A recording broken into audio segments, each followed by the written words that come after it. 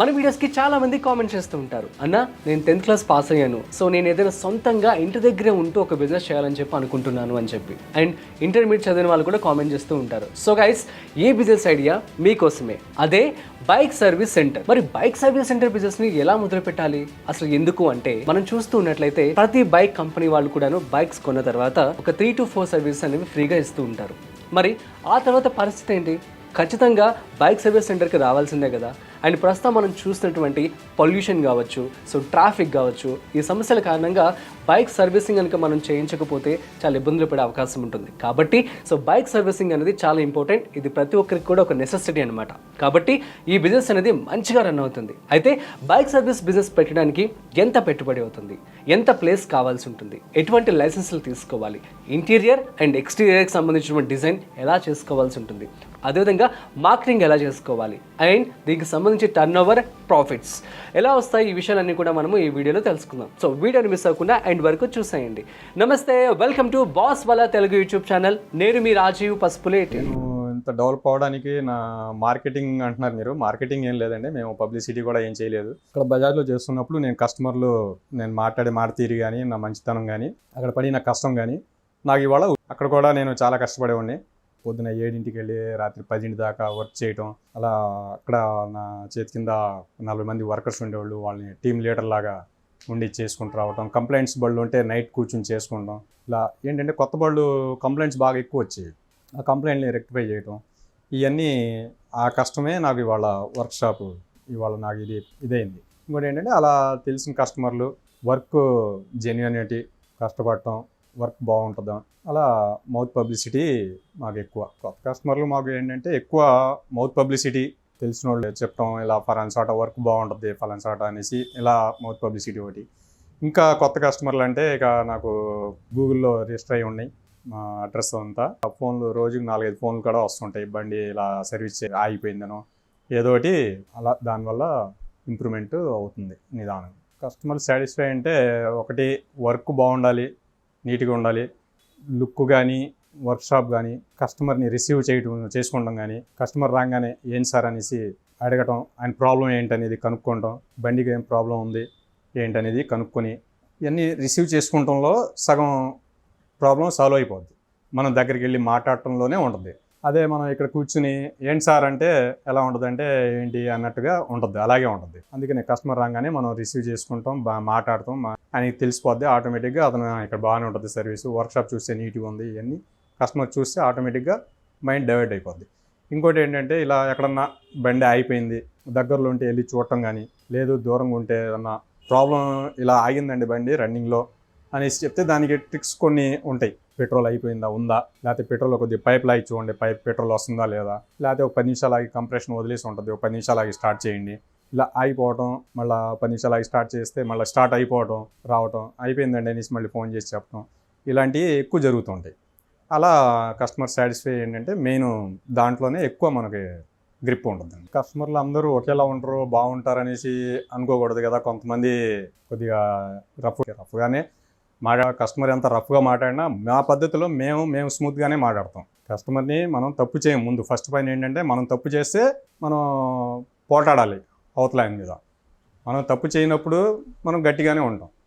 ఎందుకు తప్పు చేయాల్సిన అవసరం లేదు. మనం తప్పు చేస్తే తగులుతారు ఒక్కోసారి కస్టమర్లు. ఏంటంటే కావాలని రిస్క్ పెట్టాలి, ఇబ్బంది పెట్టాలనేసి కొంతమంది అది చేయలేదు ఇది చేయలేదు అనేసి కొద్దిగా అడావిడ్ చేస్తారు. సార్ మీరు చెప్పిన వరకు ఇలా చేసాం అంతే, దాంట్లో మీరు ఆర్గ్యుమెంట్ వద్దు, కావాలంటే వెళ్ళి మాట్లాడుకోండి, మేము డిస్కషన్ అనవసరం, మాదేమైనా తప్పు ఉంటే చెప్పండి, సాల్వ్ చేసి ఇస్తాం, అంతేగాని ఆర్గ్యుమెంట్ వద్దు అనేసి ముందుగానే నిదానంగానే మాట్లాడతాం. అలా ఆయన గొడవపడి మేము గొడవపడితే ఏమవుద్దంటే ఇది సిలిసిలి వాన. అందుకని దాని జోలికి వెళ్ళాం. ఎంతవరకు సాఫ్ట్గానే ప్రాబ్లం సాల్వ్ అవ్వాలి.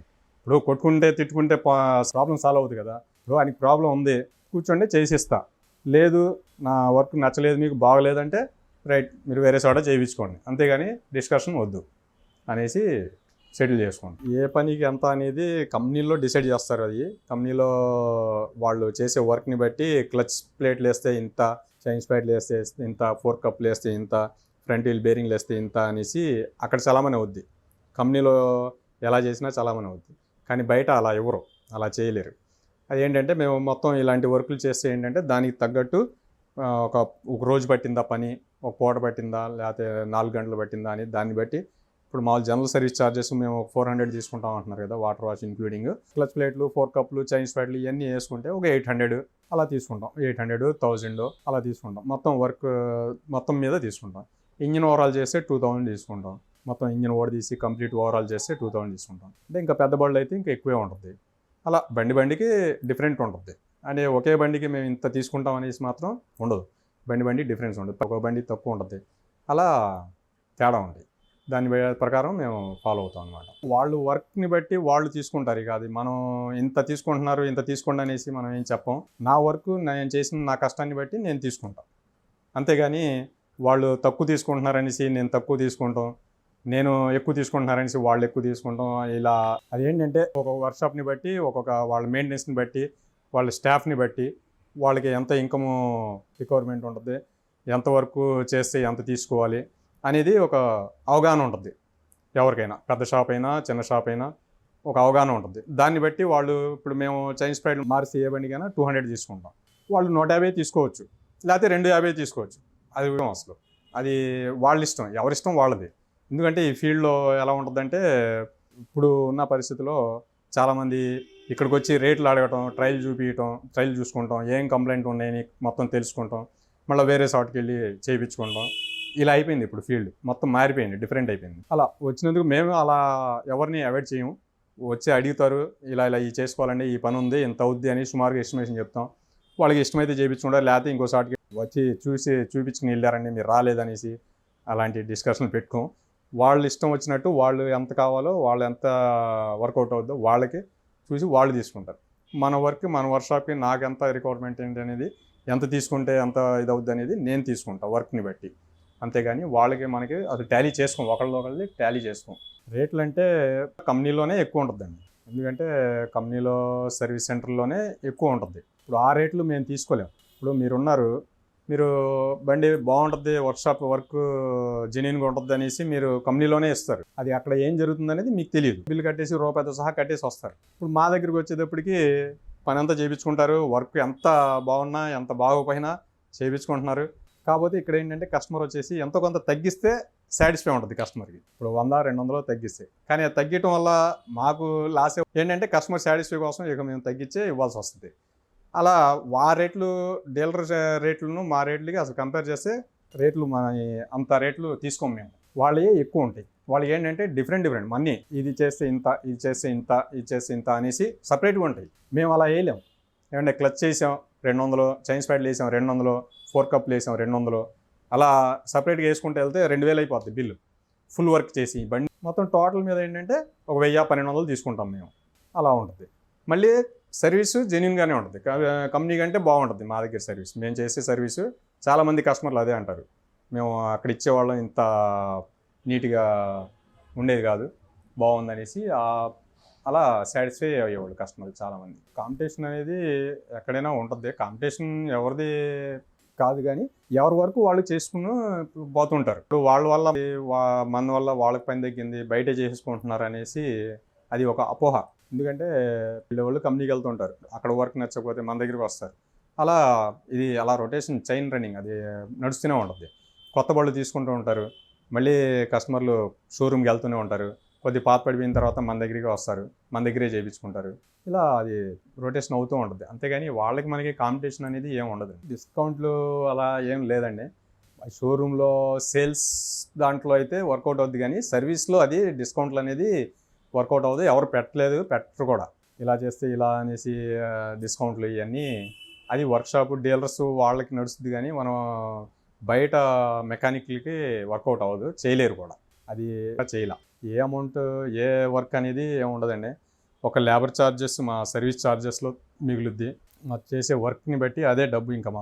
ఇంకా వాటర్ వాష్ అంటారా, ఇక సర్వీస్లోనే వచ్చేస్తుంది అదంతా. వాటర్ వాష్ కానీ మనం చేసే పని కానీ ఇవన్నీ ఒక సర్వీస్లోనే వచ్చేది. ఇప్పుడు మేము యాక్టివ్గా సర్వీస్ చేసామనుకోండి 400 తీసుకుంటాం. ఆ 400 మన లేబరు. అలా ఇంకా స్పేర్స్ ఇవన్నీ దాంట్లో మనకేం ఉండదు. ఇంకా స్పేర్స్ జెన్యూన్ ఏది వాడినా కానీ స్పేర్స్లో ఏమి ఉండదు. ఇక కొత్త సామాన్లు తీసుకొచ్చి అలా వేయటమే తప్ప దాంట్లో డిస్కౌంట్లు కూడా లేవు. ఇప్పుడు కరోనా ముందు 5% అలా ఉండేది, ఎత్తేసారు.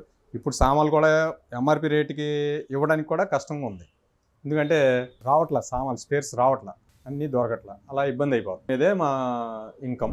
సో గైస్ చూసారు కదా వీడియో, మీ అందరికీ బైక్ సర్వీస్ సెంటర్ గురించి అర్థమైందని చెప్పి అనుకుంటున్నాను. కానీ పూర్తి సమాచారం అనేది మన బాస్ వాళ్ళ అప్లికేషన్లో అవైలబుల్గా ఉంది. ఇందులో మీకు స్టెప్ బై స్టెప్ ఈ బిజినెస్ ఎలా మొదలు పెట్టాలి ఏంటి అనేది క్లియర్గా ఎక్స్ప్లెయిన్ చేయడం జరుగుతుంది. అయితే లింక్ అనేది నేను డిస్క్రిప్షన్లో ఇవ్వడం జరుగుతుంది. సో ఇప్పుడే ప్లే స్టోర్కి వెళ్ళి బాస్ వాళ్ళ యాప్ని డౌన్లోడ్ చేసుకొని ఈ కోర్స్ని మీరు నేర్చుకోండి అండ్ బైక్ సర్వీస్ సెంటర్ బిజినెస్ని ఇప్పుడే మొదలు పెట్టేసేయండి. మరొక స్పెషల్ బిజినెస్ ఐడియాతో మళ్ళీ కలుద్దాం. అంతవరకు చూస్తూనే ఉండండి బాస్ వాళ్ళ business Telugu YouTube channel. Be the boss. This is Rajeev signing off. Boss Wala. Be the boss.